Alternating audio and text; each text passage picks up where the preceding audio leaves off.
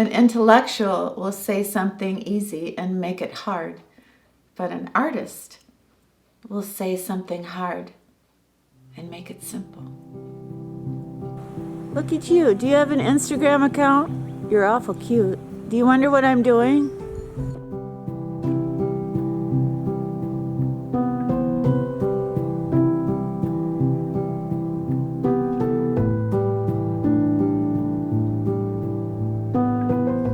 It's so close.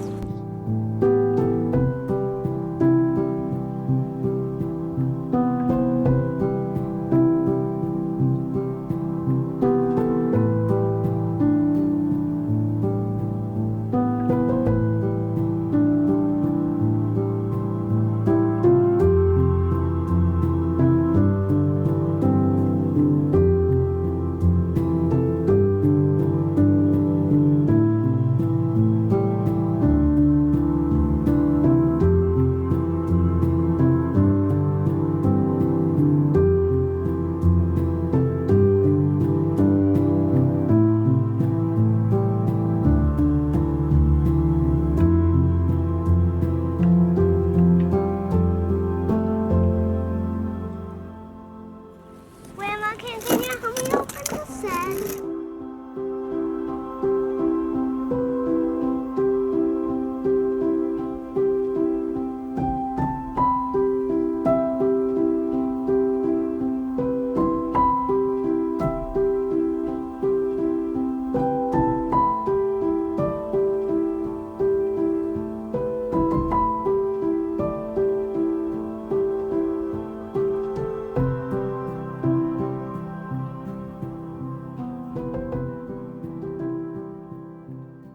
Hey everybody, thank you so much for coming back and seeing me and Desi today. I hope you had a good week. I've been doing a lot of thinking this week. You know, it's my 1-year anniversary of buying my little house and moving to a new city, and I had all these thoughts in my head all week. How did it go? Did I make the right decision? How do I feel about everything? It was really a beautiful week of coming to terms with some pretty shocking things that I didn't even know deep down were on my mind.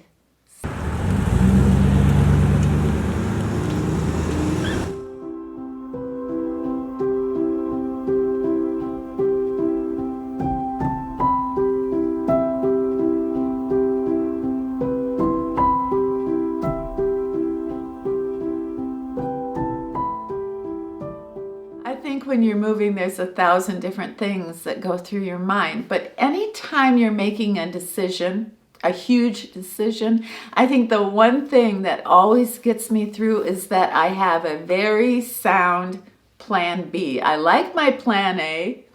I pray over my plan A, but if all falls apart, I have plan B that I have worked very hard on, and I know I can fall back on plan B. So when I bought my house, I had no idea what that first year would be like because, you know, you're going to put out a lot of cash when you buy a house. So if you're faced with immediate repairs, you know, you have to replace the boiler and the roof at the same time, and you don't want to charge anything, well, that's a lot. I was very lucky this first year that I did not have any repairs. Everything held, everything worked just fine. And you know, when you buy a house, you always wonder, you know, are the people withholding something maybe? Are they not quite telling you everything about the house? And you worry, but yeah, it's been wonderful. And because I haven't had any repairs in the first year, that means I could put my paychecks in the bank and keep them for a rainy day during year 2. About 1.5 years ago, when I shared with you all that I was going to move to the city that my grandchildren are in, and I was going to buy a little house, I did have a few of you say that you had done the same thing and it was a total disaster. That you didn't see your family that often, and that it was very difficult to make new friends, and that you missed your old friends so much. And then when the grandchildren got a little bit older, they didn't even know your name. So I did keep that in mind. I did remember your words because, well, they're wise, and it's something to really think about, to consider. So when I first moved to my new city, I did worry, am I going to be like a Budinsky with my daughter-in-law? Am I going to, drive over there and, oh, did you dust today? What are the kids having for dinner? Did you iron my son's shirt? I mean, really, the mother-in-law from hell? That didn't happen. My family knows me better than I know myself. So they have been so kind, so understanding. They know I'm an introvert. They know that I'm a very private person. I know, hard to believe I'm here, but I'm a very private person. I need to sort of have my alone time. They are so respectful, and yet they include me in on everything. And I get to see my grandchildren every single week, and I spend hours with them. So it's been a wonderful relationship. They don't butt into my life. I don't butt into their life. I don't even know if that's truly possible because we have a very open, sweet, loving relationship. But I don't want to give you the impression that because you pick up and move to a new city and you're by your family, suddenly all your problems go away. And, well, that's just not the case. I remember a couple years ago when I romanticized moving to Big Rapids, I thought, I'm going to make new friends like crazy. I'm going to spend a lot of time at my son's restaurant, and I'm just going to meet so many people, and I'm going to date, and I'm going to join some clubs. And well, I really didn't do much of that. Now, I was, to be fair, last summer I was decorating the house and trying to work on my yard. And so I didn't really have the time to be socializing, and I didn't really feel a need for it. Well, now I do. And now I realize that I really have to work on this. I have to get out more. I have to contact friends more. But have I been able to make friends here? Absolutely, but mostly with my neighbors. So does that count? I'm not sure. But I have a very wonderful, warm relationship with my neighbors, and it's a very old-fashioned neighborhood here. Well, you've seen the pictures. But I need to do better. I absolutely do. But as far as, do I miss my city? Do I miss my friends? I don't miss my city. I wish I knew why, but I don't. I feel like this is my city. When I walk downtown and it's the historic area, everything is so old but so beautiful with such dignity. And there's art shops, and there's just everything I need is only 3 minutes away. Everything from Desi's vet to my dentist to the hair salon to the Salvation Army. Everything is 3 minutes away. So even the river. I'm celebrating my 1-year anniversary buying my house here in Big Rapids to be by my family. It's early spring, but it's still so beautiful. This is my favorite place to come and sit.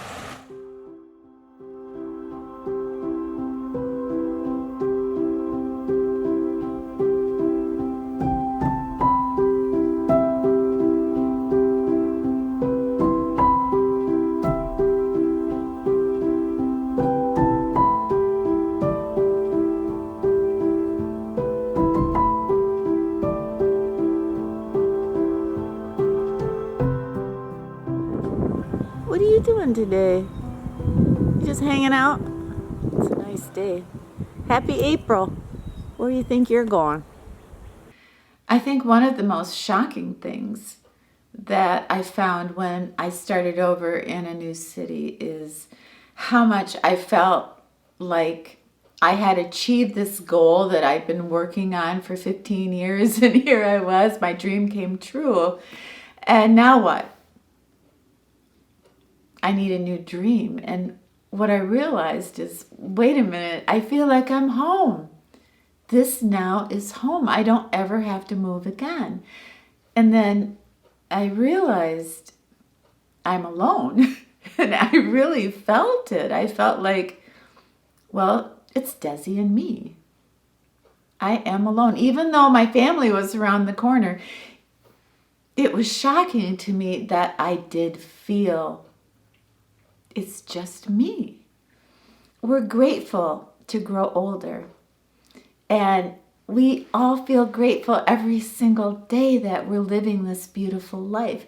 But that doesn't mean we can't acknowledge that there are adjustments. There are things that we go through. Sometimes we have bad days. We don't feel good. Or I don't. Not every day. And I just wish there was somebody in the kitchen saying, hey, do you need some Vicks Vapor Rub? Okay, never mind. I thought to myself, and this was such a shock to me, but I'm thinking to myself, why am I alone? Like, oh gosh, this just happened. And I really had to take a big, long, hard look at my priorities over the last 10 years of my life. I met some lovely men that I could have loved. I could have had a great life with. Why didn't I? Why didn't I do that? Being in this house has given me so much comfort. But I think I really had to face the reality that I didn't feel that I could have a totally happy, fulfilling life if I was with someone. That if I allowed myself to really fall in love with someone, then I wouldn't be able to do the things that I love, because I would go back into that pattern of, cooking him dinner and, trying to get his favorite movies ready for him. All the things you do as a girlfriend or a wife, flattering him, putting him before yourself. I didn't feel that I wanted to do that again. And I feel really kind of weird saying that, because I'm a loving person and I'm a giving person. I guess I just never thought I could have a relationship with a man where we could be equals. I never felt that because I never had that. And so the journey goes out of me trying to figure this out, because if I can't figure out why I turned down a couple wonderful men that I could have had a good life with, until I can figure that out, I can't move forward. I can't. Well, I have a date tomorrow, and I hope he doesn't see this video. There are some things that you can sweep under the rug for years and years and keep your focus on your prize. And then you get your prize and you got to pick up the rug and kind of examine everything that you've swept under there. Ooh, not fun, but important. And this is my life now. This is right around the corner of my home. I always enjoyed my pretty gazebos. But this is in the middle of the forest. And so many people walk here.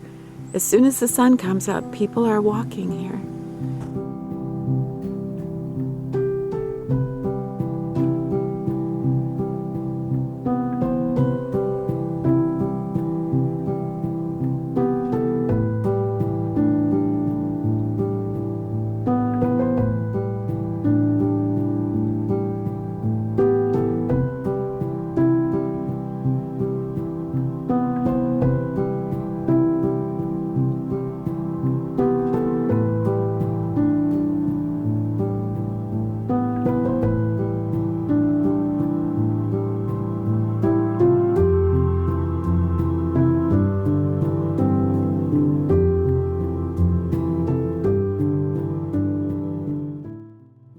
I've made a lot of special memories in my home in this last year.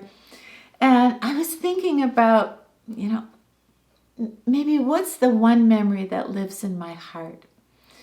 And I'll never forget it. It was last July. My son's father, Johnny, had come up from Tennessee. And his sister was very ill. We didn't know at the time just how ill, but he had come up. And I was so happy to see him. And we went to my son's restaurant and we were having a very lovely, important, intimate dinner together. And in walks in my oldest grandson, Devin, who's 30. And his wonderful girlfriend was there. And the four of us just sat and had a lovely dinner. And it was great. I mean, we really talked. And then we carried it over to my house here. Now, you got to remember, Johnny and I, Johnny's in his 70s and I'm pretty close. But here was my grandson who seemed to hang on our every word. And I couldn't believe it. So we got to my house here and my grandson, he opened up the door to the porch and he said, "Oh, Grandma, let's sit out here. It's so pretty." So the four of us, almost all night long, sat and we talked. We really talked. And it was so special. Nothing like this had ever happened to me before. There I was sitting with my son's father that I've known since I was 15 years old. And if he and I hadn't gotten together, my grandson, he wouldn't exist. He wouldn't be there. And there he was. And we just drank in the whole night. And it was special. And it's something I will never, ever forget. The other memory just happened a few days ago when we had the eclipse. I was over at my son's house and everyone had gone inside and I wanted to go back into the field. They have an abandoned field and it's beautiful. Just a lot of wild things and it's just gorgeous. And I wanted to film it for you. I wanted to show you how beautiful it is back there. So I went on my own and I just walked way back into the field and I'm filming and all of a sudden I hear this little voice behind me. "Grandma, you're the only one in our family who likes to see things." I put my camera down and I said, "Well, I guess that's right. I like to see things." And I said, "Do you like to see things too?" And he said, "I sure do. There's a dead raccoon over there."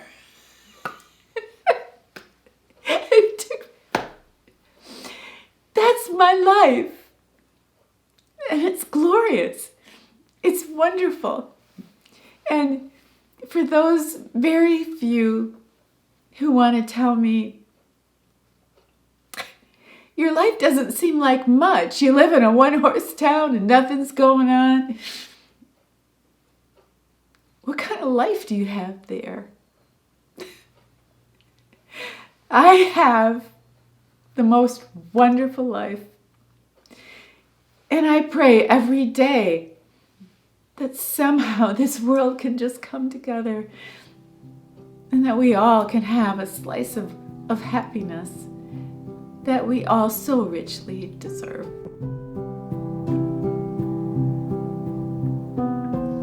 It's so close.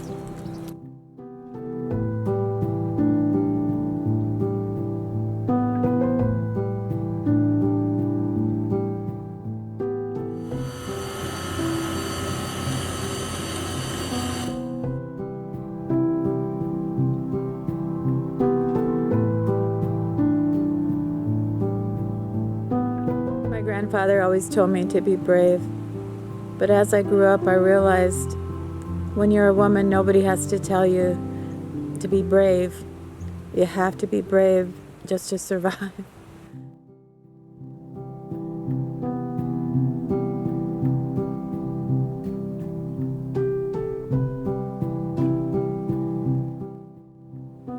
I did the right thing a year ago by moving here.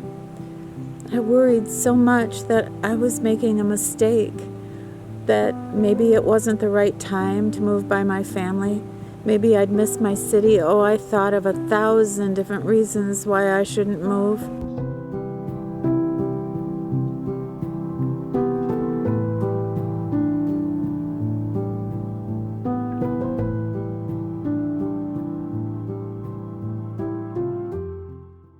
Should I stay or should I go, you ask?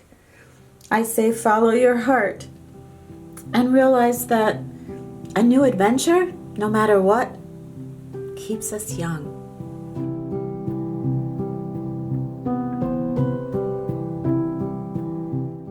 Hey everybody, thank you so much for hanging out with us today.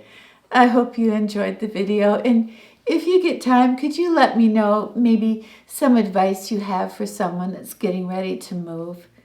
Please have yourself a wonderful, happy, brand new week, and when you're done with your week, come back and see me and Desi, okay?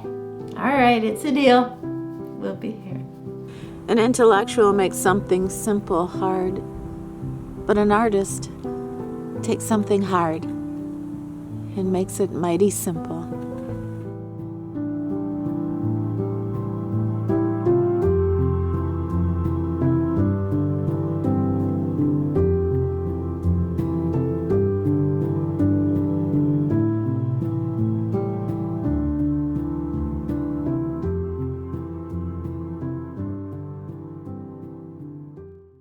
You'll find that life is still worthwhile if you just smile.